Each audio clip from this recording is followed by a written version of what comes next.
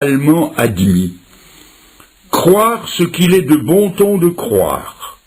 Ne considérer comme acceptable que ce qui est généralement accepté.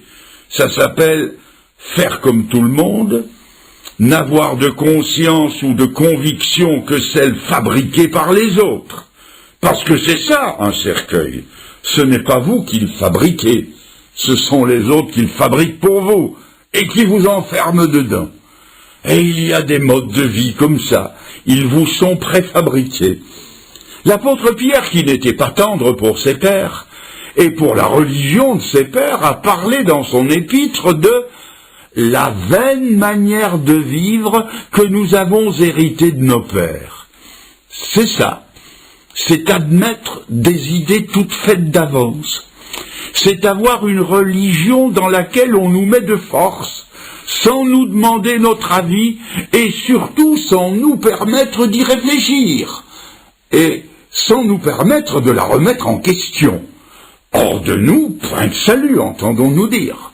On est les meilleurs, point final. Voilà ce que représente le cercueil. Savez-vous ce que le jeune homme a fait de son cercueil? Il s'est assis dessus. Eh bien, mes amis, à toutes les traditions erronées, étriquées, préfabriquées, que représente le cercueil, je vous invite à faire comme lui, asseyez-vous dessus. Vous ne le regretterez jamais, car il y a plus de joie dans le ciel pour un seul pécheur qui se repent, qui révise sa position, que pour 99 autres qui se croient justes et infaillibles. N'est-il pas écrit « Il y aura de la joie auprès des anges » dit la parole de Dieu, comme il y a eu de la joie dans le cœur de cette maman quand elle a vu son fils s'asseoir sur son cercueil.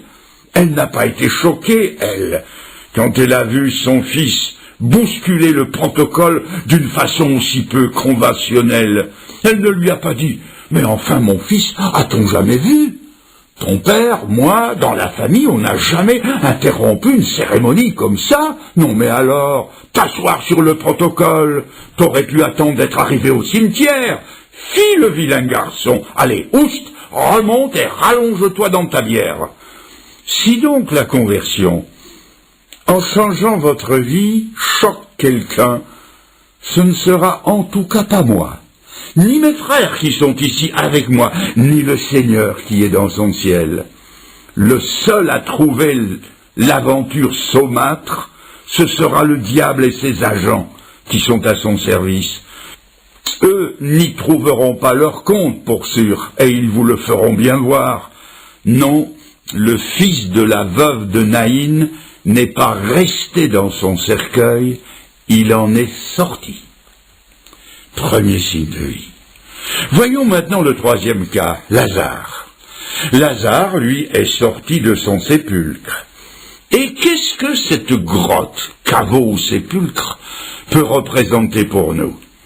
Le sépulcre, la grotte, c'est un endroit noir, froid, taillé dans la roche, et c'est là une image de ce qu'était notre vie avant notre conversion. Notre vie, avant de connaître le Seigneur, se passe dans les ténèbres. L'apôtre Paul a écrit, sous l'inspiration du Saint-Esprit, « Vous étiez autrefois ténèbres. Dans notre cœur, il n'y avait pas plus de vie que dans une roche. Entre nos côtes battait un cœur de pierre. » Et c'est Dieu qui le dit. En parlant de la conversion, Dieu dit « J'ôterai leur cœur de pierre et je leur donnerai un cœur de chair. » Lazare n'est pas resté dans sa grotte de pierre, il en est sorti. Et quand un homme entend la voix du Fils de Dieu, il sort de ses vieux sentiments, de son fichu caractère, de sa dureté de rocaille, de sa froideur, de son obscurité, il en sort. Et la conclusion est celle-ci, quand le Seigneur sauve quelqu'un, et là je me répète, il ne le sauve pas dans ses péchés, il le sauve de ses péchés. Il le sort d'un genre de vie pour le faire entrer dans un autre genre de vie. Voilà donc la deuxième chose que nous découvrons dans ce récit. Maintenant, j'aborde un troisième point. Je veux que vous voyiez la réalité en face. Je ne veux pas vous dorer la pilule. Votre conversion, si toutefois vous vous convertissez ce soir, ou si vous l'êtes depuis peu ou depuis longtemps, votre conversion ne rencontrera pas l'approbation générale. Certes, il y aura de la joie dans le ciel auprès des anges, mais il n'y aura pas que des anges pour s'en réjouir, il y aura des hommes pour s'en plaindre et des démons pour s'y opposer. Votre conversion ne plaira pas aux moqueurs et aux absolus. Ce fut le cas de la petite jeune fille de 12 ans. Elle était morte. Le Seigneur est entré dans la maison mortuaire où son corps reposait.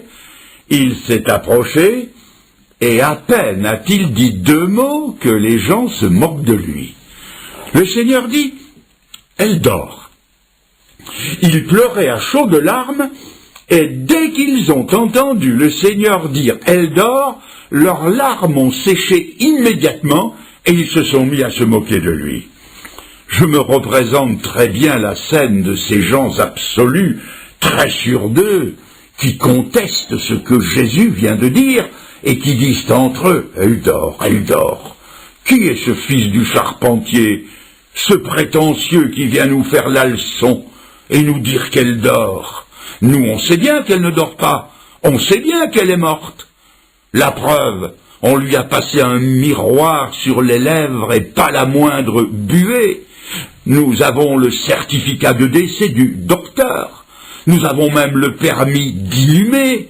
Alors qui est-il, lui, pour nous dire qu'elle n'est pas morte? Et ils se sont moqués de lui. Mes amis, ne vous y trompez pas. Votre conversion produira les mêmes effets. Il est même écrit « Ceux qui veulent vivre pieusement en Jésus-Christ seront persécutés ». Une conversion ne plaît jamais à ceux qui ont des idées bien arrêtées sur certains aspects de la vie. Ils en savent tant sur la vie qu'ils n'auront que des moqueries à l'égard de votre Jésus.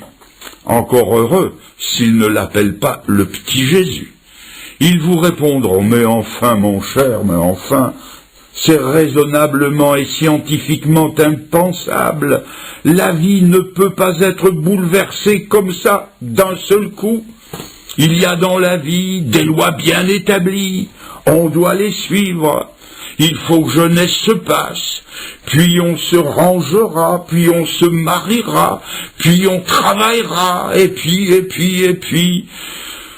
Ah, c'est qu'ils en connaissent bien plus que Jésus, le prince de la vie. Mais malgré toute leur connaissance, je remarque qu'ils ne peuvent rien changer à leur vie, ni surtout rien changer à l'état du monde. Et finalement, tout ce qu'ils savent faire, c'est se lamenter sur leur vie et pleurer sur le monde. Et chose étrange, il suffit que Jésus-Christ fasse irruption dans la vie de quelqu'un, qu'il vous le retourne de l'intérieur, qu'il bouleverse sa vie de fond en comble, leur prouvant de façon indiscutable qu'ils ont tort, pour qu'immédiatement ils se mettent à se moquer de ce nouveau converti. Soyez sur vos gardes, et ne vous attendez pas à ce que le monde qui se moque de Jésus salue votre conversion par autre chose que des sarcasmes et des colibés. D'ailleurs, plus d'un jeune homme ou plus d'une jeune fille pourra témoigner qu'au lendemain de sa conversion, ils ont fait part à leurs parents de leur joie d'avoir trouvé le Seigneur. Ils ont été reçus de haut, avec des paroles à peu près comme celle-ci. Comment? Ce galopin qu'on a mis au monde, à qui on a donné le biberon, qu'on a élevé, qui n'a pas encore 20 ans, il viendrait nous apprendre les choses de la vie, lui qui n'y connaît encore rien. Bien sûr, le galopin en question ne connaît peut-être pas toutes les expériences de la vie, mais il connaît la chose qui compte, c'est qu'il était perdu, et que maintenant il est sauvé, qu'il était mort et qu'il est revenu à la vie, et que surtout, il connaît celui qui est le prince de la vie. Deuxièmement, il faut savoir aussi que votre conversion ne plaira pas non plus aux gens intéressés, car il y a des gens intéressés. Prenez par exemple le cas du jeune homme qui est assis sur son cercueil. Le Seigneur passe dans sa vie, il lui parle, le miracle se fait, et d'un coup, il se redresse, s'assied, se met à parler, et en souplesse, il dégringole de son cercueil. Miracle stupéfiant. Mais avez-vous déjà pensé à la tête qu'a dû faire l'entrepreneur des pompes funèbres? Il a dû diminuer sa note de 50% pour n'avoir fait que la moitié de la cérémonie. Avez-vous pensé à la tête du fossoyeur qui attendait près de son trou et qui, en tapotant sur sa montre bracelet, de peur qu'elle ne soit arrêtée, s'est dit en lui-même « Mais qu'est-ce qu'ils font? Ils n'arrivent pas !» Il n'a plus eu qu'à reboucher son trou ou attendre un autre client. Ces deux-là n'y ont pas trouvé leur compte dans ces résurrections. Le Christ est un trouble fait, un empêcheur de danser en rond qui vient leur ôter le pain de la bouche. Ce que je viens de dire peut paraître burlesque, mais j'aimerais vous dire ceci.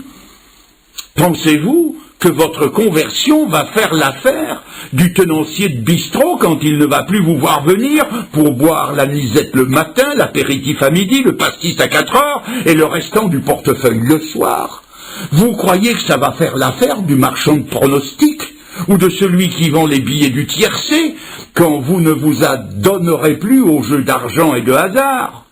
Croyez-vous que tout le monde va y trouver son compte? Et ces amis avec qui vous aviez l'habitude le dimanche matin d'aller faire la partie de billard ou la partie de piquet, croyez-vous qu'ils vont être contents quand vous n'irez plus avec eux? L'apôtre Pierre l'avait déjà prévu quand il a écrit dans sa première épître, chapitre 4, verset 4, écoutez cela, « Ils trouvent étrange que vous ne vous précipitiez plus avec eux dans le même débordement de débauche, et ils vous calomnient. » Et sans aller aussi loin, vous croyez que ce frangin, ou cet oncle, ou cette grand-tante, ou ce cousin, qui venait vous visiter tous les dimanches, vous croyez qu'ils vont y trouver leur compte quand vous allez leur dire « J'ai trouvé le Seigneur, et maintenant le dimanche, je vais au culte. Alors, à moins que vous ne vouliez m'y accompagner. » Ils n'y trouveront pas leur compte. Croyez-vous qu'il a trouvé son compte, mon oncle? Un oncle à héritage, par surcroît, quand il est venu me voir un dimanche à l'heure de la réunion, quand il est arrivé, l'oiseau était parti, parce que Fernand le Grand, à l'heure de la réunion, il est à la réunion. Si à l'heure du culte ou de la réunion, vous voulez me trouver chez moi, vous n'avez qu'à prier le bon Dieu pour qu'il m'envoie une bonne bronchite ou pour que je me casse une jambe. Vous allez peut-être dire, oui, mais enfin, Fernand le Grand, enfin, vous ne pensez pas que vous exagérez?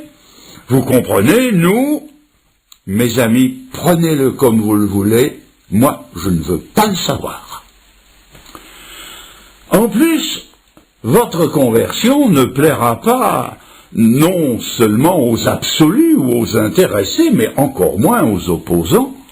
Car si nous relisons le texte d'un peu plus près, nous trouvons que les personnes qui étaient présentes à la résurrection de Lazare n'ont pas été tendres pour Lazare.